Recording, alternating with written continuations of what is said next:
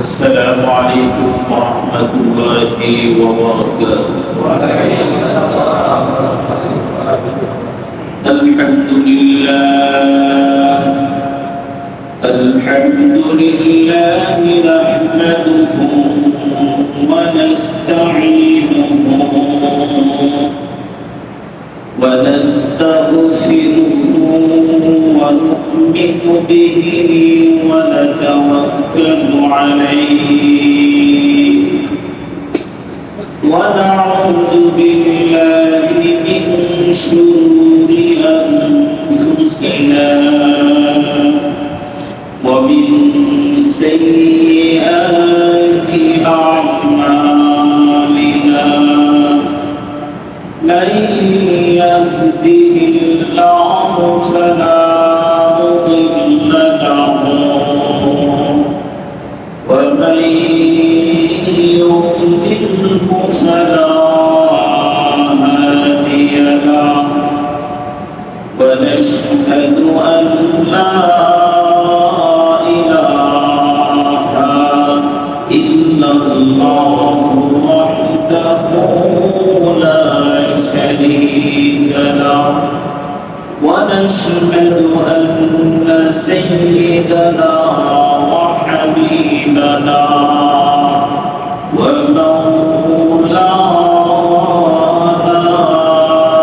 ومولانا محمدا عبده ورسوله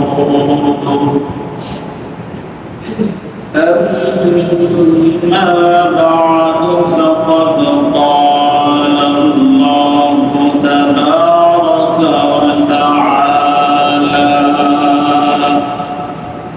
في كلامه المجيد وفرقانه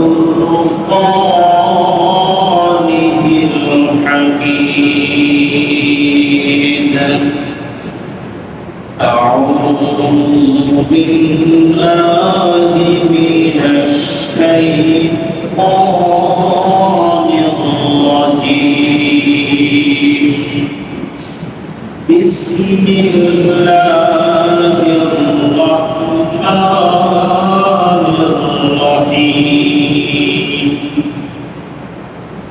إن أول بيت وضع للناس للذي ببكة مباركا وهدى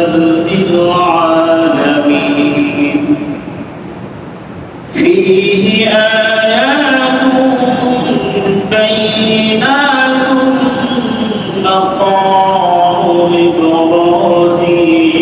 إبراهيم ومن دخله كان آمنا ولله على الناس حج البيت من استطاع إليه سبيلا ومن كفر فإن الله غني عن العالمين وقال النبي صلى الله عليه وسلم من حج لله فلم يرفث ولم يفسق رجع كيوم ولدته أمه أو كما قال عليه الصلاة والسلام شكري شريف اللهم صل على محمد وعلى آل محمد كما صليت على إبراهيم وعلى آل إبراهيم إنك حميد مجيد اللهم بارك على محمد وعلى آل محمد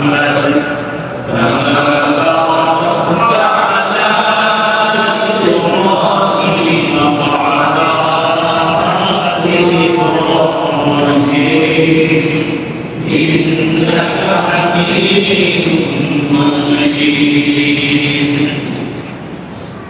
الحمد لله ثم الحمد لله আল্লাহ পাকের দরবারে অসংখ্য অগণিত শুকর এবং সুজুদ যে আল্লাহ রাব্বুল আলামিন আমাদেরকে জুমার সালাত আদায় করার জন্য তার ঘর মসজিদে এসে বসার তৌফিক দান করেছেন, এজন্য শুকরিয়া আদায় করি আলহামদুলিল্লাহ। হজের মৌসুম চলতেছে, শাওয়াল, জিলহজ এবং জিলকদ, জিলহজ এই তিনটা মাস হলো হজের মাস। শাওয়াল, জিলকদ, জিলহজ এই তিনটা মাস হজের মাস। ইসলামের ভিত্তির মধ্যে পাঁচটির মধ্যে একটি হলো হজ করা। যাদের উপরে হজ ফরজ হয় তাদের উপরে হজ করা, নামাজ ফরজ হয়ে গেলে নামাজ পড়া, যাকাত ওয়াজিব হয়ে গেলে যাকাত দেওয়া, রমজানের রোজা রাখা,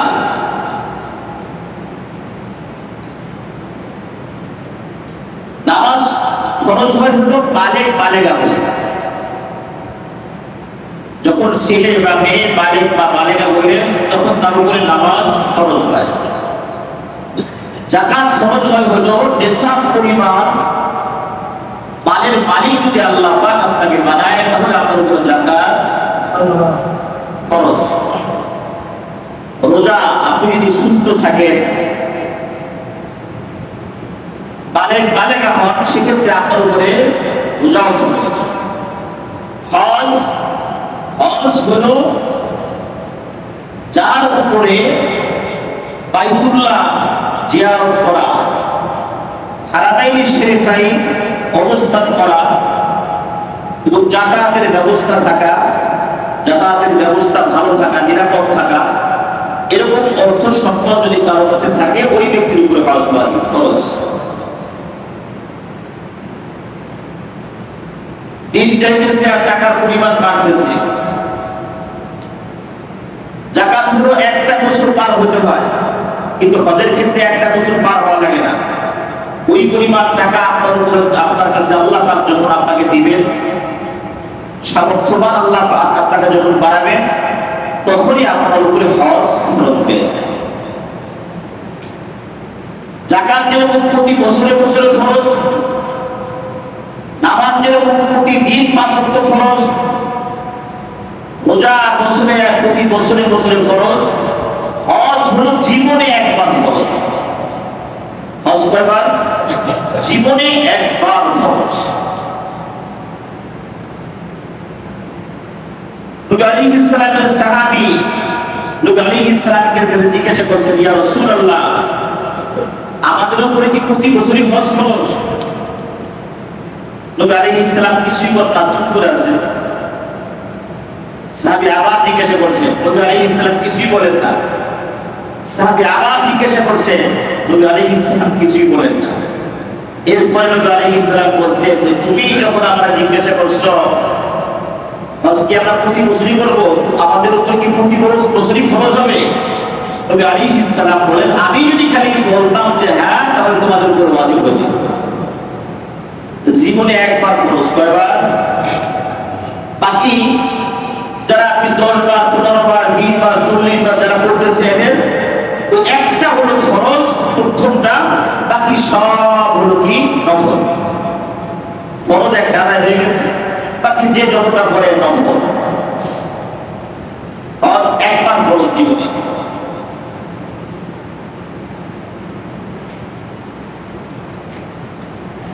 হযরত সাইয়্যিদুনা ইব্রাহিম আলাইহিস সালাম, আল্লাহ রাব্বুল আলামিন ইব্রাহিম আলাইহিস সালামকে বললেন, ওয়াজ্জিক ফিন নাস, হজের জন্য মানুষদেরকে ডাক দাও, আযান দাও, ডাকো হজের জন্য। হযরত সাইয়্যিদুনা ইব্রাহিম আলাইহিস সালাম তখন বলছেন, আল্লাহ, আমার এই ডাক, আমার এই আযান কে শুনবে? কোন লোকজন নাই। ওইগুলোর মধ্যে কে আমার ডাক শুনবে? আল্লাহ রাব্বুল আলামিন বলেন, ইব্রাহিম তুমি ডাকো, এই ডাকটা প্রতিটা মানুষের কানে পৌঁছে দেওয়ার দায়িত্ব আল্লাহ। ইব্রাহিম আলাইহিস সালাম হজের আযান দিলেন। তাফসীর ইবনে কাসিরের মধ্যে লিখছে, ইব্রাহিম আলাইহিস সালাম যে আযান দিয়েছেন জাবালে কুরাইশের মধ্যে দাঁড়ায়া, এই আযানের আওয়াজটা আল্লাহ রাব্বুল আলামিন রূহের জগৎ থেকে নিয়ে ওই সময় যত মানুষ জীবিত ছিল, দুনিয়ার মধ্যে ছিলেন, মায়ের পেটের মধ্যে রেহেমে ছিলেন এবং রূহের জগতে ছিল, প্রত্যেকটা মানুষের কানে ইব্রাহিম আলাইহিস সালামের এই আযানকে আল্লাহ পৌঁছে দিয়েছেন। এবং ইব্রাহিম আলাইহিস সালামের এই ডাক শুনে যারা বলছে লাব্বাইক আল্লাহুম্মা লাব্বাইক, যারা বলছে লাব্বাইক, আল্লাহ পাক তাদেরকে বাইতুল্লাহ গিয়ে এই লাব্বাইক আল্লাহুম্মা লাব্বাইক বলার তৌফিক দান করেন। সুবহানাল্লাহ। যে যেই কয়বার লাব্বাইক বলছেন, কিতাবের মধ্যে লিখছে সেই কয়বার আল্লাহ পাকের ঘর তওয়াফ করার তৌফিক হবে। আরাফার ময়দানে লাব্বাইক লাব্বাইক বলার তৌফিক আল্লাহ পাক তাকে দান করেন। সুবহানাল্লাহ। হজ গুরুত্বপূর্ণ একটা ইবাদত। বাইতুল্লাহ পৃথিবীর প্রথম ঘর, বাইতুল্লাহটা পৃথিবীর প্রথম ঘর, প্রথম ইবাদতখানা খানায়ে কাবা।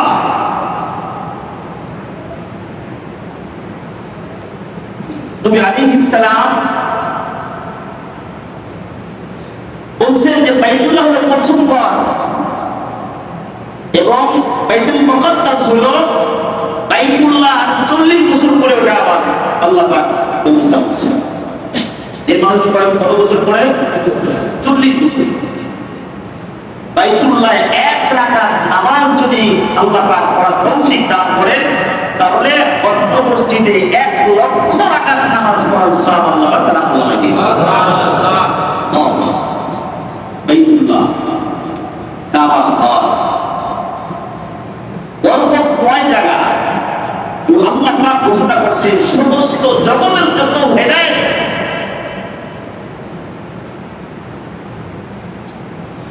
সূরা আলে ইমরানের 97 নম্বর আয়াতে আল্লাহ রাব্বুল আলামিন বলেন, ইন্না আউওয়ালা বাইতিন মুদিআ লিন-নাস লাল্লাযী বিমাক্কাতা মুবারাকান ওয়া হুদাল লিল-আলামিন।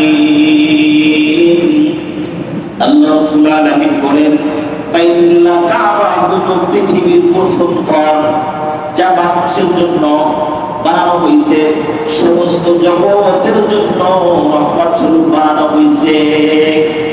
ফি আয়াতুন বাইনাতুন মাকামু ইব্রাহিম, আল্লাহ পাক বলতেছেন সেখানে কিছু নিদর্শন আল্লাহ পাক রাখছেন। নিদর্শন সমূহের মধ্যে একটা হলো মাকামে ইব্রাহিম।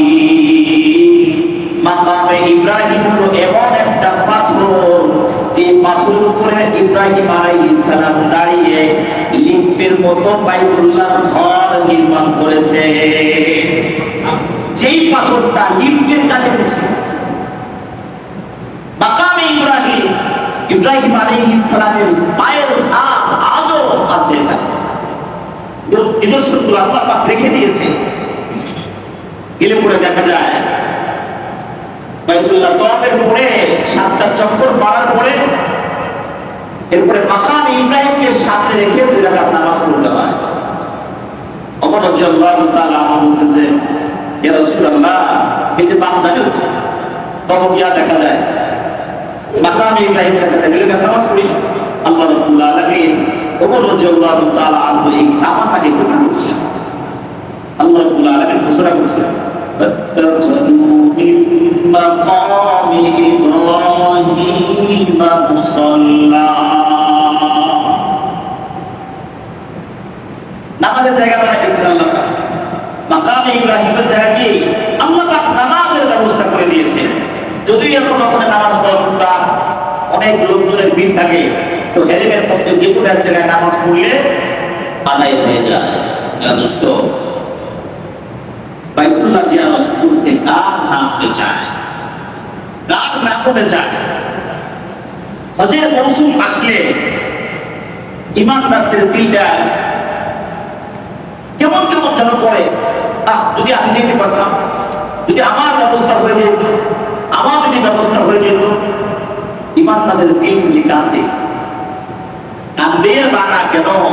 কারণ হজ হলো এমন একটা ইবাদত, হজ হলো এমন একটা ইবাদত, যে ব্যক্তি হজ করবে, যে ব্যক্তি হজ করার তৌফিক যে ব্যক্তির হবে, হাদিসে পাকের মধ্যে আছে এই ব্যক্তি হজ করার যখন দেশে ফিরে আসবে, সে কেমন যেন একটা সন্তান যখন মায়ের পেট থেকে দুনিয়াতে আসে নিষ্পাপ হয়ে, এরকম ভাবে যে হজ করবে, হজে গেল এবং কোনো খারাপ কাজ করে নাই, গুনাহের কোনো কাজ করে নাই, এমন অবস্থায় দেখে যখন আবার ফিরে আসবে, এই ব্যক্তি কেমন যেন নিষ্কাজ হয়ে দুনিয়াতে আসবে।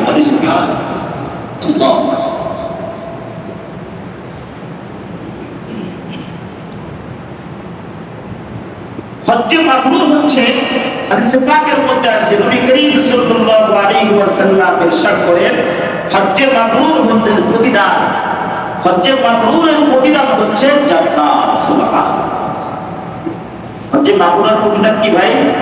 জান্নাত। হযরত আবু হুরায়রা রাদিয়াল্লাহু তাআলা আনহু থেকে রওয়ায়াত, قال سئل رسول الله صلى الله عليه وسلم أي الأعمال أفضل قال إيمان بالله। নবী করিম সাল্লাল্লাহু আলাইহি ওয়াসাল্লাম কে জিজ্ঞাসা করা হলো, ইয়া রাসূলুল্লাহ, সমস্ত আমলের মধ্যে উত্তম আমল হলো কোনটা? নবী করিম সাল্লাল্লাহু আলাইহি ওয়াসাল্লাম বললেন, ঈমান বিল্লাহ, আল্লাহর উপরে ঈমান আনা, আল্লাহর উপরে ঈমান আনা। ক্বালা সুম্মা মাযা? সাহাবী আবার জিজ্ঞেস করলেন, ইয়া রাসূলুল্লাহ, এরপরে কোনটা? এটা সবথেকে ভালো আমল, এরপরে কোনটা? নবী আলাইহিস সালাম বললেন, আল জিহাদু ফি সাবিলিল্লাহ। এরপরে কি? আল্লাহ পাকের রাস্তায় জিহাদ করা। ক্বালা সুম্মা মাযা? সাহাবী জিজ্ঞেস করলেন, ইয়া রাসূলুল্লাহ, এরপরে কোনটা? নবী করিম সাল্লাল্লাহু আলাইহি ওয়াসাল্লাম তখন বললেন, আল হাজ্জু মাবরুর, হজ্জ মাবরুর হলো এরপরে ইসলাম। প্রথমে আল্লাহ পাকের উপর ঈমান আনা, এটা বড় আমল, উত্তম আমল। দ্বিতীয় নাম্বার হলো আল্লাহ পাকের রাস্তায় জিহাদ করা। নাম্বার 3 হলো হজ্জ মাবরুর, যার প্রতিদান নবী করিম সাল্লাল্লাহু আলাইহি ওয়াসাল্লাম বলেন, যার প্রতিদান হচ্ছে জান্নাত। সুবহানাল্লাহ, হজ গুরুত্বপূর্ণ একটা ইবাদত। আল্লাহু আকবার। মুসলমানদের একটা ঐক্যের মেলা হয়, পৃথিবীর সর্বপ্রথম ঘর, সর্বপ্রথম ঘর এবং সর্বপ্রথম ইবাদতখানা খানায়ে কাবা।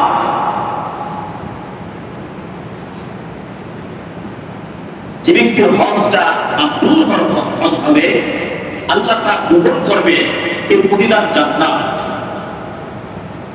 আর যদি এরকম ভাবে হজের মধ্যে কোনো প্রকারের অসাধু কাজ করবে না, গুনাহের কোনো কাজ করবে না, এই কাজগুলো করা খুব মুশকিল। হজে গেলে পরে ঝগড়া হয়, বিভিন্ন প্রকারের ঝামেলা হয়, যাতে হজের সওয়াবগুলো নষ্ট হয়ে যায়। এজন্য শয়তান পিঠে বলে লাগে, হায় হায় রে, এই যদি দেশে ভাবে যেতে পারে তত নিষ্পাপ হয়ে গেল। এজন্য শয়তান আপনার আমাকে বিভিন্ন ভাবে হজের মধ্যে ঝগড়া লাগাবে, গুনাহের কাজ করাবে, যাতে করে আপনার হজটা কবুল না হয়। আপনি যাদের নিষ্পাপ হয়ে দেশে ফিরে যেতে না পারেন, শয়তান এভাবে তাদের চেষ্টা করে। এই জন্য যারা হজে যায়, এদের উচিত ধৈর্য ধরা। ধৈর্যের ফল অতি মিষ্টি। আল্লাহ রাব্বুল আলামিন তো বলেছেন, ইন্নাল্লাহা মা'আস সাবিরিন, ধৈর্য ধরো, ধৈর্যশীলদের সাথে আল্লাহ পাক আছে। কিন্তু যারা হজ করতে যায়, ধৈর্য ধরা খুবই মুশকিল হয়ে যায়। আল্লাহ রাব্বুল আলামিন আমাদেরকে হজ্জে মাবরুর করার তৌফিক দান করেন, সকলে বলি আমিন। হজ শ্রেষ্ঠ জিহাদ।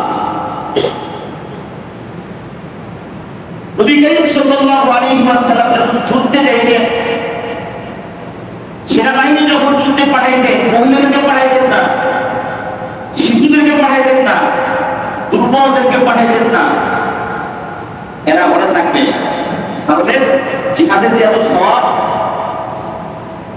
জিহাদের যে সওয়াব, জিহাদের কি সওয়াব? নবী করিম সাল্লাল্লাহু আলাইহি ওয়াসাল্লাম ইরশাদ করেন, তিন ব্যক্তি, তিন শ্রেণীর ব্যক্তি হলো আল্লাহ পাকের মেহমান। কার মেহমান? আল্লাহ পাকের মেহমান। আল্লাহ পাকের মেহমানরা যখন আল্লাহ পাকের কাছে ক্ষমা চায়, আল্লাহ পাক ক্ষমা করে দেন। মেহমানরা যখন আল্লাহ পাকের মেহমান, মেহমানটা কার? আল্লাহ পাকের মেহমান। তো আল্লাহর মেহমানরা যখন আল্লাহর কাছে বলে, আল্লাহ আপনি মাফ করে দাও, আল্লাহ মাফ করে দেন। ওই মেহমানরা যখন বলে, আল্লাহ আমাদেরকে এই কাজ করে, আমার দোয়া কবুল করেন, আল্লাহ পাক দোয়া কবুল করেন। আল্লাহ পাকের মেহমান।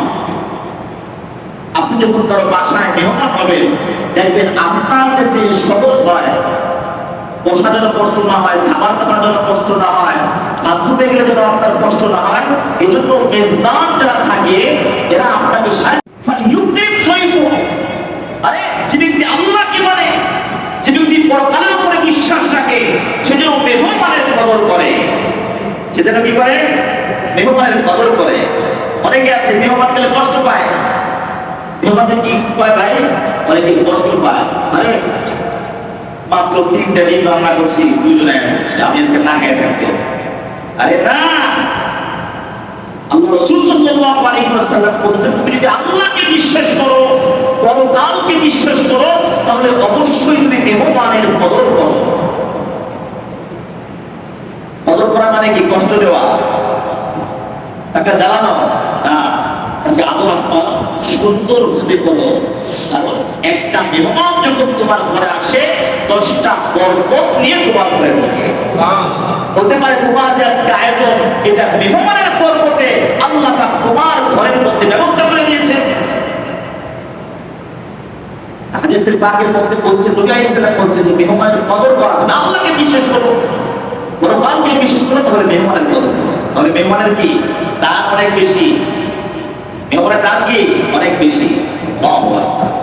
তাহলে নবী আলাইহিস সালাম বলতেছেন, 4 শ্রেণী, 3 শ্রেণীর ব্যক্তি আল্লাহ পাকের মেহমান। কয় শ্রেণীর ব্যক্তি?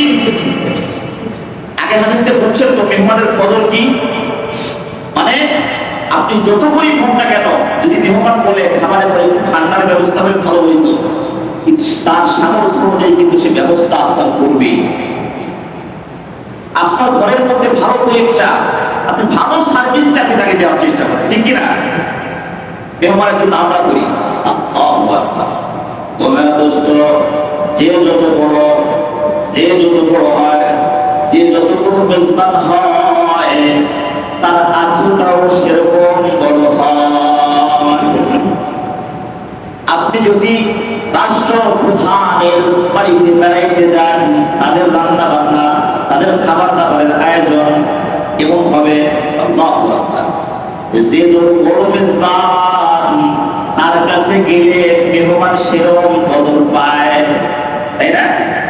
আল্লাহ রাসূল সাল্লাল্লাহু আলাইহি ওয়াসাল্লাম ইরশাদ করেন, 3 শ্রেণীর ব্যক্তি হলো আল্লাহ পাকের মেহমান। 1 নম্বর হলো গাজী। 1 নম্বর কি? গাজী। গাজী কাকে বলা হয়? যারা নিজের জীবনকে বাজি রেখে তাজা রক্ত ঢেলে দিয়ে আল্লাহ পাকের রাস্তায় জিহাদ করতে নেমে যায়। আল্লাহ পাকের কালেমাকে বুলন্দ করার জন্য, তাওহীদকে বুলন্দ করার জন্য, দ্বীনকে বুলন্দ করার জন্য যে ব্যক্তি নিজের জীবনকে বিলিয়ে দেয়, আল্লাহ পাকের রাস্তায় যায়, কিন্তু যুদ্ধ করতে করতে বিজয় হয়ে গেছে, কাফেরদেরকে মারছে, নিজে মরে নাই, নিজে শহীদ হয় নাই, যে শহীদ হয় নাই, জিহাদ করতেছে আল্লাহর রাস্তায়, এই ব্যক্তিকে নবী আলাইহিস সালাম বলতেছেন, এই জিহাদকারী ব্যক্তি আল্লাহ পাকের মেহমান। তাহলে জিহাদের মর্যাদা কত? জিহাদের মর্যাদা কত? আল্লাহু আকবার। 2 নম্বর হলো হাজী। যে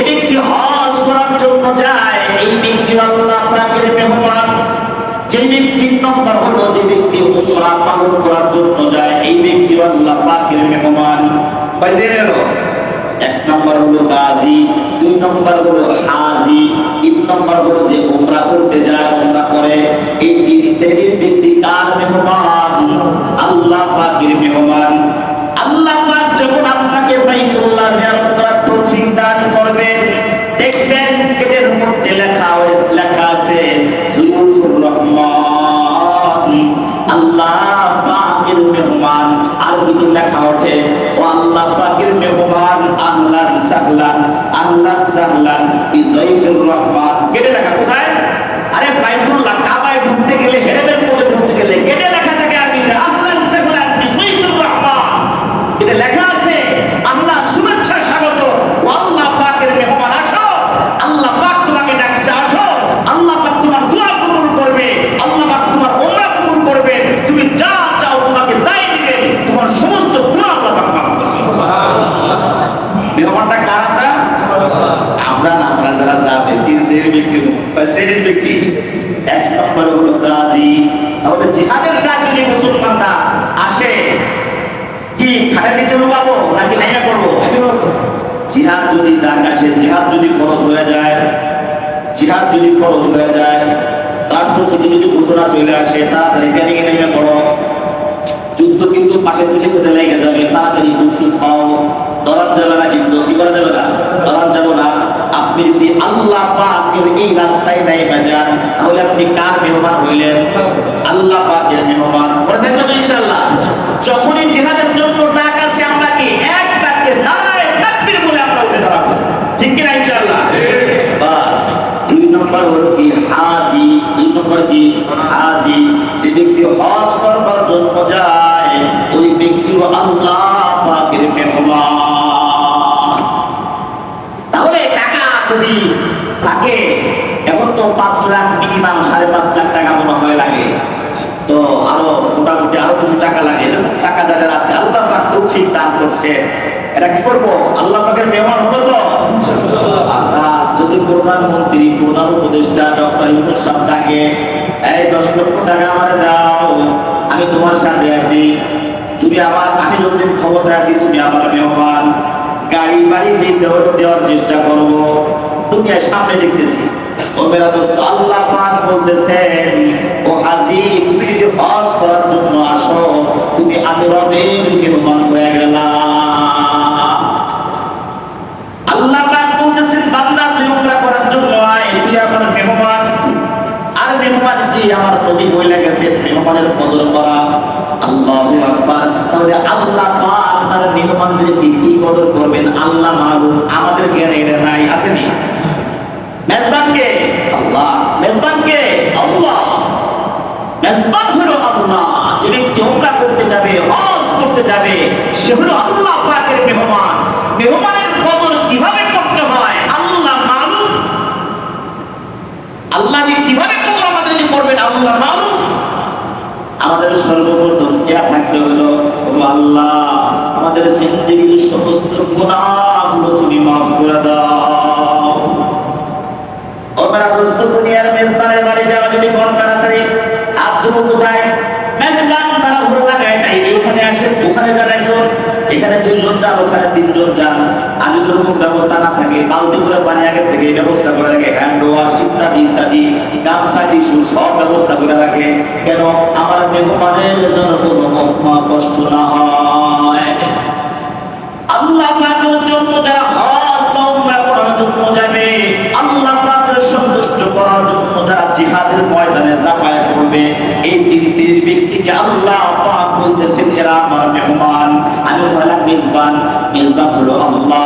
এই বান্দা মেহমান যখন আল্লাহর কাছে, হাদিসের মধ্যে আসে, আমার এই মেহমান আমার কাছে যা চাবে আমি সব দিয়ে দিব, দোয়া করলে আমি দোয়া কবুল করব, জিন্দেগীর সমস্ত গুনাহগুলো আমি রব আমার মেহমানের মাফ করে দিব। এই জন্য যারা বহিরাগত মানুষ যখন বাইতুল্লাহ থেকে রওনা হয়, ঈদের মধ্যে সুন্দর করে আরবিতে লেখা থাকে, আহলান ওয়া সাহলান বিজাইফির রহমান। ও বান্দা, ও আল্লাহ পাকের বান্দা, তুমি ভুইলা যাও না, ভুইলা যাও না, তোমার নজরের হেফাজত তুমি করো, খবরদার গুনার কাজ করো না, খবরদার তুমি মেয়ের দিকে তাকায়ও না, নজরের হেফাজত করো, তোমার মুআল্লিমের সাথে খারাপ আচরণ করিও না, খাবার দাবার তুমি আমার কাছে তোমাকে আমি নিয়ে এসেছি, তোমার যা যা লাগে আমি রব সব দিয়ে দিব। স্মরণ করায় দেয় আল্লাহ, কি করে? স্মরণ করায় দেয়। এজন্য যেটা গেটের মধ্যে লেখা আল্লাহ মুস্তাহলান যাইফুর রহমান, আল্লাহু আকবার। আর মেহমান আল্লাহর মেহমান, রহমানের মেহমান, আর কি লাগে? হাদিসে একটা হাদিস শুনে, হাদিসে কুদসি, হাদিসে কুদসি বলা হয় হলো যেই কথাগুলো আল্লাহ পাক বলছেন, যে কথাগুলো কি বলছে, কে বলছেন? আল্লাহ পাক বলছেন। আল্লাহ পাক বলতেছেন আমি আমার যেই বান্দাকে সুস্থতার নিয়ামত দান করলাম, কি নিয়ামত? সুস্থতার নিয়ামত দান করলাম, এবং আমি তাকে পর্যাপ্ত পরিমাণ সম্পদ দিলাম। কথা হলো সুস্থতার নিয়ামত দিলাম এবং সম্পদ আমি রবটাকে দান করলাম। এই বান্দা আমার ঘরের দিকে আসে না, আমার ঘরের দিকে আসে না, কাবা জিয়ারত করার জন্য আসে না, হজ করার জন্য আসে না। এরকম করে 1 বছর, 2 বছর, 3 বছর, 4 বছর, 5 বছর হয়ে গেছে। আল্লাহ পাক বলেন এবার এই বান্দা মাহরুম হওয়ার সম্ভাবনা। আর কথা আল্লাহ পাকের কথা। আজ কালকে যাব, পরশু যাবো, এবছর না, তারপরের বছর, তারপরের বছর না, একটু আর একটু টাকা পয়সা জমা করে নেই, এরপরে বিয়ে বড় হয়ে যায়, না মেয়েটা বিয়ে দিয়ে নেই, এরপরে ছেলের বিয়ের সময় হয়ে যায়, এরপরে ছেলেটা বিয়ে দিয়ে নেই, এরপরে নিজে অসুস্থ হয়ে কোন হাসপাতালে ভর্তি, অথবা পিজিতে ভর্তি, অথবা ঘরে পড়া, অথবা টাকা পয়সা শেষ হয়ে গেছে, হয় না? পরের জিনিস ভালো না, পরে করা এটা যাবে না। আল্লাহ এটা আল্লাহ পাক বলেছেন যে হয় তখন এই অবস্থা হবে, মাহরুম হওয়ার সম্ভাবনা আছে। এরকম হজ ফরজ হয়ে গেছে, হজ করে না, পরে করবে, পরের বছর সে তার সামর্থ্য নাই, টাকা পয়সা নাও থাকতে পারে, অথবা সে অসুস্থ হয়ে পড়তে পারে, অথবা বিদেশ যাওয়া আসা ঝামেলা হয়ে যেতে পারে, পাসপোর্টে এমন একটা ঝামেলা লেগে গেছে আর আপনি বাংলাদেশ থেকে মরার কায়দা নাই, হয় না? এরকম অনেকের পাসপোর্টের মধ্যে ঝামেলা, আইডি কার্ডের মধ্যে এক নাম, পাসপোর্টের মধ্যে 19-20 ক্যান্সেল, আর হচ্ছে না। তারপরে জ্বলন্ত কোনো আমরা করোনা গেল না, করোনা সব বন্ধ হয়ে গেছিল না। আল্লাহ, আইডিও কল্পনা করছিলাম যে বাইরে ভাবে সহজ তোমরা ইত্যাদি ইত্যাদি মসজিদে আসা বন্ধ হবে, কল্পনা করছে। আরে আপনার আমার কল্পনা সব বাইরে, কার কল্পনা? আল্লাহ পাকের পরিকল্পনা সব থেকে বড় পরিকল্পনা। আপনি আমি যা ভাববো, আল্লাহু আকবার, কেউ ভাবে নাই। 1 বছর আগেও কেউ ভাবে নাই, 6 মাস আগেও কেউ ভাবে নাই যে আর 6 মাস পরে, আর 3 মাস পরে, 4 মাস পরে, 2 মাস পরে, 1 মাস পরে যে আমাদের মসজিদের মধ্যে একসাথে একত্রে জামাতের সাথে নামাজ পড়া বন্ধ হয়ে যাবে, হজ ওমরা সব বন্ধ হয়ে যাবে। ভাবছি কখনো? কখনোই ভাবি নাই। আল্লাহ পাক ঘরের মধ্যে বসায় রাখছে, শুধু ইমাম সাহেব আর মুয়াজ্জিন সাহেব খাবে, 4-5 জন মিলে নামাজ পড়ে। মন চাইলেও কিন্তু আমরা পারি নেই। পুলিশে লাঠি নিয়ে ঘুরছে, বাইরে ফিরাবে, এই পুলিশের লাঠি হয়ে আমরা আসি নেই। কবরে যখন আমাদেরকে ধরবে, মাফ করে কে ঠেকাবে, কে ঠেকাবে? আমরা যে আল্লাহ পাকের কথা শুনতেছি না, নাফরমানি করতেছি, আল্লাহ পাক যখন আপনাকে আমাকে পাকড়াও করবে, কে ঠেকাবে? আল্লাহ পাক তো বলেছেন ইন্না আযাবি লাশাদীদ, আমার ধরা খুবই শক্ত ধরা, ঠেকাবার মতো কেউ থাকবে না। আল্লাহ পাকের পাকড়াও যখন করবে কেউ থাকবে না। পুলিশের লাঠির বাড়ির ভয়ে মসজিদের সামনে বন্ধ করে দিছিলাম, মনে আছে তো? আসি নাই কেন? আসি নাই, মসজিদের পাশে বাসা, আসি নাই কেন? এমনি আসি না, আবার প্রায় সরকারে করে যাওয়া যাবে না মসজিদে, মজার উপরে মজা, তাই না? এমনি মসজিদে অনেকে আসি না, তারপরে কি আবার বলছে না যাওয়া লাগবো না, কি দরকার আছে? আল্লাহ মাফ করে, আল্লাহ। এরকম পরিস্থিতি যদি আপনার আমার হয়ে যায়, কি করার আছে? আল্লাহ পাক বলতেছেন তোমাকে আমি সুস্থতার নিয়ামত দান করলাম, তোমাকে আমি সম্পদ দান করলাম, তুমি যদি আমাকে কাছে না আসো, বাইতুল্লাহ জিয়ারতে তুমি না আসো, সেক্ষেত্রে তুমি মাহরুম হওয়ার সম্ভাবনা আছে। এরকম মাহরুম হয়তোবা তোমার সম্পদটা শেষ হয়ে গেল যাবে, অথবা তুমি অসুস্থ হয়ে গেছো, টাকা পয়সা অনেক বাড়তেছে আর বাড়তেছে, কিন্তু তুমি ঘরে পড়া কাজ হবে? আল্লাহ এজন্য হজ ফরজ হয়ে গেলে সাথে সাথে করা, হজ ফরজ হয়ে গেলে সাথে সাথে করা। আম্মাজান আয়েশা সিদ্দিকা রাদিয়াল্লাহু তাআলা আনহা বলছেন, ইয়া রাসূলুল্লাহ, আমরা মহিলা মানুষ, বুঝতে বলছিলাম জিহাদ অনেক বড় ইবাদত। জিহাদ কি? অনেক বড় একটা ইবাদত, সওয়াবের কাজ। কেন? প্রথমে হাদিসের মধ্যে আছে আল গাজী, গাজী যারা আল্লাহ পাকের রাস্তায় জিহাদ করে এরা কি? আল্লাহ পাকের মেহমান। এরা কাকে মেহমান? আল্লাহ পাকের মেহমান। আম্মা জান আয়েশা সিদ্দিকা রাদিয়াল্লাহু তাআলা আনহা বলেছেন, ইয়া রাসূলুল্লাহ, জিহাদ তো গুরুত্বপূর্ণ একটা ইবাদত, গুরুত্বপূর্ণ একটা ইবাদত। আমাদের তো মন চায় জিহাদ করার জন্য। আমরা মহিলা মানুষ, আমাদের মন চায় আল্লাহর রাস্তায় জিহাদ করি, খুবই গুরুত্বপূর্ণ। কারণ জিহাদের যদি বাইরে যাই তাহলে আল্লাহ পাকের মেহমান হয়ে গেলাম। নবী আলাইহিস সালাম বলেছেন, হ্যাঁ ঠিক আছে, তোমাদের কি জিহাদ আছে? আলাইহিন জিহাদ, তোমাদের কি আছে? জিহাদ আছে। লা কিতালা ফীহি, যার মধ্যে কি নাই? কোনো হত্যা নাই। যার মধ্যে কি নাই? হত্যা নাই। মহিলাদের জিহাদ কি? তোমাদেরও জিহাদ আছে। যখন বলছে এত ফজিলত, জিহাদের এত ফজিলত, আম্মাজান কি বলছেন? আমাদেরও মনে চায় জিহাদ করার জন্য। নবী আলাইহিস সালাম বলছেন, হ্যাঁ তোমাদেরও কি জিহাদ আছে, তবে লা কিতালা ফীহি, যার এরকম জিহাদ যার মধ্যে কোনো হত্যা নাই, মারামারি কাটাকাটি নাই। কোন জিহাদ? হজ্জে মাবরুর। তুমি হজ্জে মাবরুর করো মহিলা, তুমি জিহাদের সওয়াব পেয়ে যাইবা। জিহাদ করতে মন চায়, ফিলিস্তিন যাইতে পারতেছি না, 2 দেশ উত্তেজনার কাজ করতেছে, হয়তো আমরা বসে থাকবো দেখবো খালি, অথবা আমাদের সাথে লেগে গেল, হয়তো আমরা শহীদ হয়ে গেলাম বা কিছু একটা করলাম, যে যতক্ষণ মানে চলতে থাকবে। জিহাদ খুবই গুরুত্বপূর্ণ, একটা শরীয়তপূর্ণ জিহাদ, যে আল্লাহ পাকের মেহমান হয়। আর মেহমান কেমন? মানে আল্লাহ পাকের মেহমান হলে ফজিলতটা কি? যে আল্লাহ পাক তার সব দোয়া কবুল করেন, তার জিন্দেগির সমস্ত গুনাহ মাফ করে দেন। তাহলে মহিলা মানুষ তারও কি জিহাদ করতে মন চায়, কি করতে হবে? হজ করতে যাও, হজ্জে মাবরুর করো, তাহলে তোমার জিহাদে গেলে যে সবটা পাইটা তুমি এইটা পাওয়া যায়। ছোট বাচ্চারা, এদের জন্য জিহাদ নাই। ছোট বাচ্চাদের কি নাই? জিহাদ না। জিহাদে যারা যুদ্ধ করতে পারবে, মানে মহিলা মানুষ, দুর্বল পুরুষ এবং ছোট ছোট যারা বাচ্চারা থাকে, এদের উপরে কি নাই? জিহাদ নাই। তবে এদের জন্য হজ, তারা যদি হজ করতে পারে, হজ্জে মাবরুর করতে পারে, তাহলে জিহাদের পরিপূর্ণ সওয়াব আল্লাহ পাক তাদের পাঠান। আল্লাহু আকবার। দেখেন, এই যে আম্মাজান আয়েশা সিদ্দিকা রাদিয়াল্লাহু তাআলা আনহার হাদিসটা, যে বলছেন, ইয়া রাসূলুল্লাহ, আমাদের তো জিহাদ করতে মরে যায়, আমরাও কি করব? জিহাদে যাব? আম্মাজান কারে বলছেন? তার স্বামীকে বলছেন। কাকে? স্বামী। এই বাংলাদেশের কোনো মহিলা যদি কোটি হয়, শিল্পপতি হয়, হাজার হাজার কোটি টাকার মালিক থাকে, তার যদি স্বামী না থাকে, তার যদি ছেলে না থাকে, তার যদি মেয়ের কোনো জামাই না থাকে, মানে মাহরাম কোনো ব্যক্তি না থাকে, তার উপরে কিয়ামত পর্যন্ত হজ ফরজ হবে না। হজ কি হবে না? ফরজ হবে না। মাহরাম লাগবে, হয় নিজের সন্তান থাকতে হবে, অথবা স্বামী, প্রথমে স্বামী থাকতে হবে, স্বামীর সাথে যাবে, অথবা ছেলের সাথে যাবে, অথবা বোনের ছেলের সাথে যাবে, অথবা নিজের নাতির সাথে যাবে। মানে মাহরাম ব্যক্তি নাই, কিন্তু মহিলা কি হাজার কোটি টাকার মালিক, এর উপরে হজ ফরজ হবে না। এর উপরে কি না? হজ ফরজ হবে না।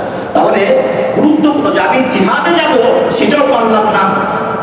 জিহাদে যাব মহিলা মানুষ, সেটাও পারলাম না, উপস্থিত হজ করে জিহাদের সওয়াব পাইব।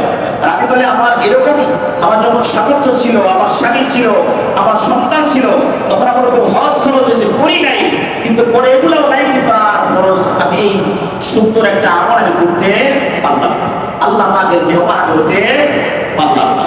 এরা দোস্ত, যারা হজ বা উমরা করবে, এরা আল্লাহ পাকের মেহমান, আল্লাহ পাকের মেহমান।